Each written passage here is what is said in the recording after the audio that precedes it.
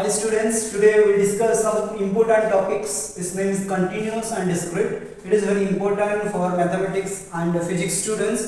So I will explain those continuous values and discrete values with a very simple example. The example is, suppose you want to purchase sugar and your mom told that please go outside and purchase some sugar. Then you have two options. You have some neighborhood shop or local shop, another is shopping mall. If you go to this your local shop or neighboring shop, your local shop, then you will find there is a 25 kg packet of sugar is there. So when you go to purchase and you ask for any amount of sugar, then the shopkeeper will give you.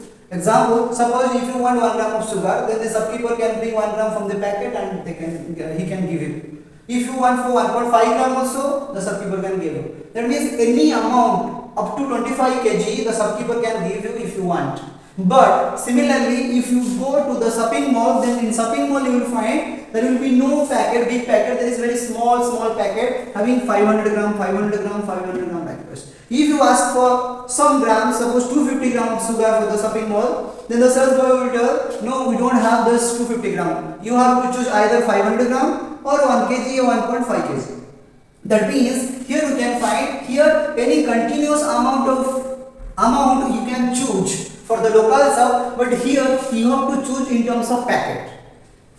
Therefore, any numerous value you can take in. Any amount, suppose 1 to 2 also you can consider 1, 1.1, 1.2, 1.3 like this. Numerous amount of values you can take in if the case is continuous. But in this case, in the shopping mall case, you have only any limited number of options, either 500 or 1000 or 1.5 kg. This is the basic difference between the continuous and discrete values. Thank you.